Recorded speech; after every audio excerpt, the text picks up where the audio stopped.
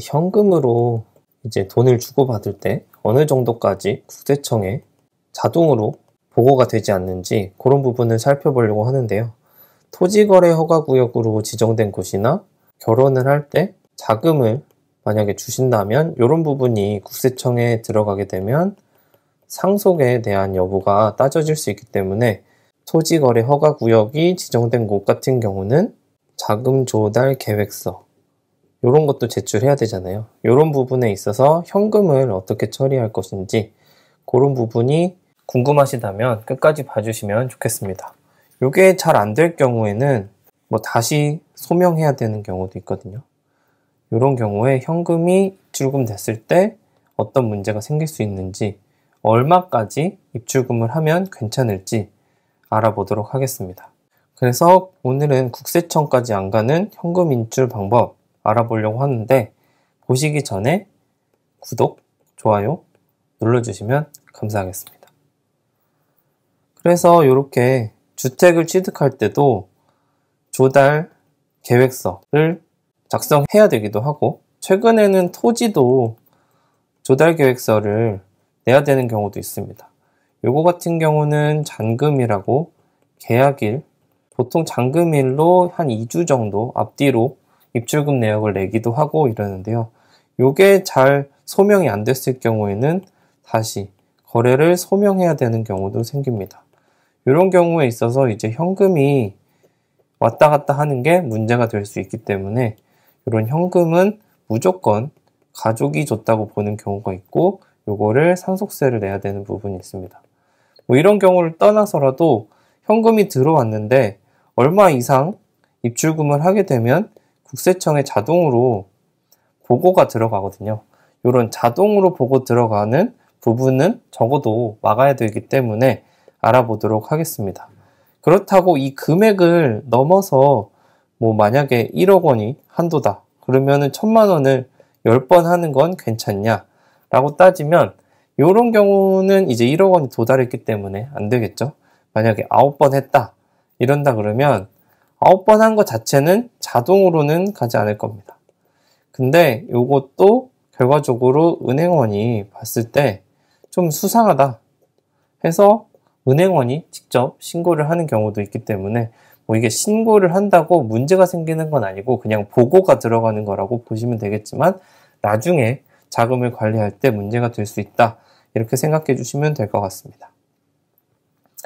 그래서 고액현금 거래보고제도는 2006년도부터 시작을 했습니다.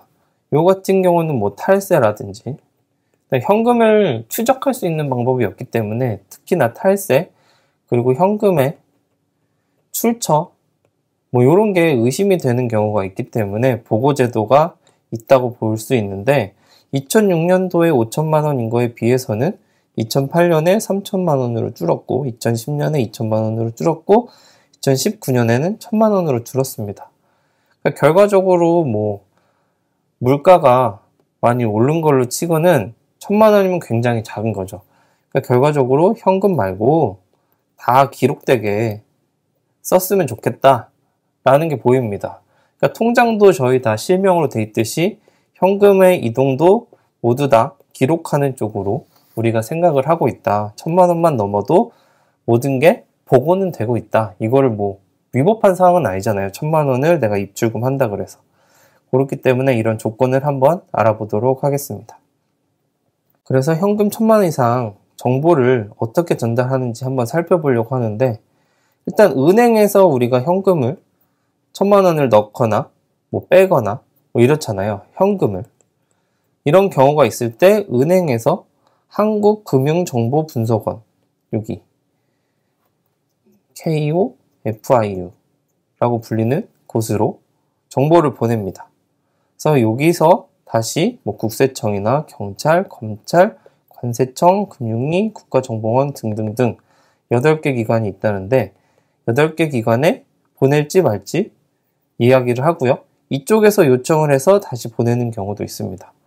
이거는 이제 1,000만 원 이상일 경우 자동으로 보고가 들어갑니다. 그 다음에 1,000만 원이 안 되더라도 100만 원이나 200만 원을 하루에 5번, 6번 이렇게 입출금을 하시는 분들은 은행에서 은행 직원분이 자기가 생각했을 때 조금 의심이 된다. 이런 경우 여기에 연락을 취할 수 있습니다. 그리고 최근에는 뭐 자동 보고까지는 아니더라도 보이스 피싱 있잖아요. 보이스 피싱 때문에 이런 것도 참고해서 최근에 개선된 것까지 마지막에 알려드리도록 하겠습니다. 그래서 이 현금을 1000만 원 이상 보내신 경우에는 은행에서 금융정보 분석원으로 이동을 하게 되고 이쪽에 넘어온 정보가 일로 넘어갈 땐 통지서를 보내줍니다. 이렇게 통지서를 보내주는데 고액 현금 거래 정보의 제공 사실을 통보해준다. 이렇게 오고요. 뭐 성함이 오고 그다음에 고액 현금 거래 내용이 제공되었음을 통보한다. 알고 있어라. 그냥 알고 있어라라고 오긴 합니다. 뭐 특별히 뭐 제지가 온다거나 이런 건 없는데 그래도 여기 써있듯이 단순히 알려드리는 것이기 때문에 그냥 기관이 국세청이니까 문의하라. 나는 단순히 제공만 했다. 근데 제공한 걸 알려는 줘야 되니 알려주겠다. 라고 오긴 하지만 어쨌든 간에 뭐 국세청이든 검찰이든 경찰에게 넘어갔다는 사실을 알려주기 때문에 나중에 문제가 될 수 있다. 이렇게 생각해 주시면 될 것 같아요. 그래서 뭐 날짜도 하고 뭐 이런 거래 내역이 있다. 이렇게 알려준다고 합니다. 그래서 고액 현금 거래 자동보고 기준은 이 자동보고 기준만 오늘 살펴보려고 합니다.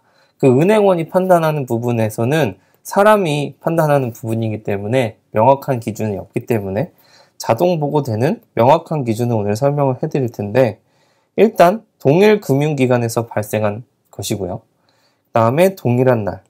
그러니까 뭐 A은행에서 한 거라면 A은행에서 뭐 1월 1일 뭐 이런 하루에 이뤄진 게 1천만 원 이상의 현금 입금, 그 다음에 1천만 원 이상의 현금 출금이 있으면 자동으로 보고가 됩니다. 그래서 이 1천만 원 이상이 중요할 것 같습니다. 그래서 사례를 통해서 이건 해당되고 이건 해당이 안 되고 이런 거를 좀 분간해 보려고 합니다. 사례 1 같은 경우에는 A은행에서 1천만 원의 현금을 출금했을 경우입니다.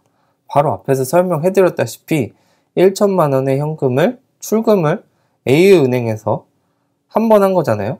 그러면 당일 한 번이기 때문에 이런 경우는 자동보고 대상이 됩니다. 현금으로 1000만 원 이상을 바로 출금했기 때문에 대상이 되는 경우입니다. 이와 마찬가지로 A은행에서 1천만 원 현금을 입금했을 경우에도 출금과 입금 동일하기 때문에 자동보고 대상이 되고 이것도 동일은행에서 동일한 날에 1천만 원 이상을 입금했기 때문에 자동으로 보고가 됩니다.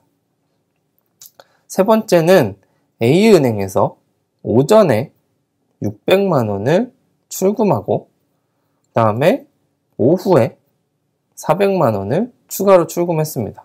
그럼 결과적으로 당일에 1천만 원을 출금한 게 되죠. 그럼 결과적으로 동일 기관에서 당일에 1천만 원 출금을 하게 되는 거기 때문에 자동보고 대상이 됩니다. 그래서 동일한 날, 동일 기관에서 1천만 원 이상 출금했기 때문에 자동보고가 됩니다. 이 마찬가지로 요거를 입금이라고 바꿔도 입금했을 경우도 입금을 600만 원 하고 오후에 400만 원 입금을 하더라도 자동보고 대상이 된다라고 알아주시면 되겠습니다. 그리고 네 번째는 A은행에서 수표로 1000만 원을 입금하고 동시에 현금으로 1000만 원을 바꿔 나오면 어떻게 될까입니다. 여기서 앞에 있는 이 수표는 현금이 아니기 때문에 대상은 안 됩니다. 근데 뒤에 있는 거 현금으로 1천만 원을 출금했기 때문에 요 현금으로 1천만 원 출금한 것이 현금으로 1천만 원 출금한 것이 자동보고 대상이 됩니다. 그래서 입금을 하고 출금을 하지 않으면 보고되지 않습니다. 이건 수표이기 때문에 보고되지 않습니다. 그리고 다섯 번째는 A은행에서 현금 1천만 원을 입금하고 동시에 수표 1천만 원을 바꿔 나온 경우입니다. 여기서 수표 1천만 원의 경우에는 현금이 아니기 때문에 대상이 되지 않겠죠. 여기 앞에서 보신 것처럼 수표는 현금이 아니라서 대상이 되지 않습니다. 근데 입금을 현금으로 했잖아요. 그래서 1천만 원 이상 입금이 되었기 때문에 자동 보고 대상이 돼서 보고가 됩니다. 그러니까 결과적으로 현금에 대한 것만 따진다고 볼 수가 있겠습니다. 네, 여섯 번째로 가족이 내 계좌로 1천만 원을 송금하고 그 1천만 원을 현금으로 찾는 경우입니다. 이 앞에 있는 계좌이체는 보고 대상이 아닙니다. 근데 현금으로 1천만 원 이상을 출금했기 때문에 자동 보고 대상이 돼서 보고가 됩니다. 결과적으로 여기 계좌로 입금을 한 경우까지 해서 끝 하면 보고는 되지 않습니다. 어차피 기록이 남았기 때문에 보고할 필요가 없죠. 이거를 현금으로 찾는 경우에는 보고가 된다 라고 알고 계시면 될 것 같습니다.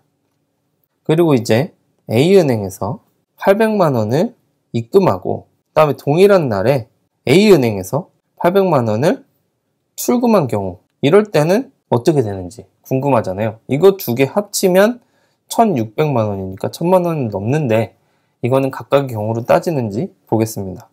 그래서 현금 입금이 1,000만 원 이하고 출금도 1,000만 원 이하기 때문에 자동 보고 대상이 안 됩니다. 그래서 요거는 보고가 안 된다 라는 걸 알 수가 있습니다. 동일은행 A은행에서 800을 넣었다가 빼는 거는 문제가 없다 라고 알고 계시면 되겠습니다. 여덟 번째 사례는 A은행에서 800만 원 현금을 출금하고 동일한 날에 B은행에서 200만 원을 다시 출금했습니다. 총 금액은 1,000만 원이죠. 1,000만 원을 출금을 했는데 동일한 날에 두 은행에서 출금을 했기 때문에 동일 금융기관 합산이 1,000만 원이 되지 않습니다. 그래서 자동 보고 대상은 아닙니다. 그러니까 결과적으로 2개, 3개, 4개 이렇게 은행에 각각 200만 원 이렇게 하는 경우에는 자동 보고는 되지 않습니다. 나중에 또 문제가 생길 수는 있어도 일단 먼저 자동적으로 보고는 안 된다. 이렇게 알고 계시면 될 것 같고요. 그리고 A은행에서 100만 원짜리 수표를 10장 입금한 경우입니다. 이때는 이게 다 수표잖아요. 총액이 1,000만 원이잖아요. 총액은 1,000만 원입니다. 1,000만 원인데 이게 현금이 아니고 모두 수표이기 때문에 자동 보고 대상은 되지 않습니다. 마지막으로 A은행 내 통장에서 1,000만 원을 B은행 다른 사람의 계좌로 이체한 경우, 이런 경우에는 어떻게 될까요? 이 계좌 이체이기 때문에 보고 대상이 아닙니다. 그래서 보고가 되지 않는다 라는 점을 알고 계시면 되겠습니다. 결과적으로 모든 케이스에서 동일 금융기관, 동일한 날에 1,000만 원 이상의 현금, 입금, 출금 이렇게 각각의 경우로 따진다. 그래서 현금 800만 원 출금과 입금과 800만 원 출금은 괜찮다 라는 거를 알 수가 있었고, 마지막에 보여드린 예 같은 경우에는 지금 A은행에서 B은행 다른 사람한테 1,000만 원을 보내는 거는 이제 고액 현금 그런 보고 대상은 아닙니다. 그렇지만 추가적으로 22년 9월 달에 개정된 게 있는데요. 보이스 피싱이 요즘에 굉장히 성행하면서 금융정보 분석원에 포함되는 내용은 아니지만 보이스 피싱 대상인지 아닌지를 확인하는 작업은 한다고 합니다. 그래서 보게 되면 보이스 피싱 확인 절차가 강화됐습니다. 그래서 9월부터 은행에서 500만 원 인출할 때는 보이스 피싱 확인 절차가 강화됐다고 합니다. 그래서 이게 현금 인출일 경우도 포함이 되고 계좌 이체인 경우에도 이게 점검하는 차원에서 보이스 피싱인지 아닌지 여부를 조금 면밀히 따져본다고 하니까요. 내가 정당하게 거래하는 거면 크게 문제될 건 없을 것 같고, 정당한 거래가 아니고 이런 피싱이 걸릴 수도 있으니까 이런 걸 예방해주는 차원이 생겼다고 합니다. 그래서 이번 영상에서는 국세청까지 안 가는 현금 인출 방법에 대해서 알아봤고요. 부동산이나 결혼 같은 이렇게 큰 자금이 들어갈 때 이제 자금 출처에 대한 소명을 해야 되는 경우가 생기는데, 이런 경우에 문제가 생기지 않게 이렇게 현금, 고액 현금에 대해서도 잘 대비를 해 놓으시는 게 좋지 않을까 싶습니다. 이번 영상 유익하셨다면 구독, 좋아요 눌러주시면 감사하겠습니다. 시청해 주셔서 감사합니다.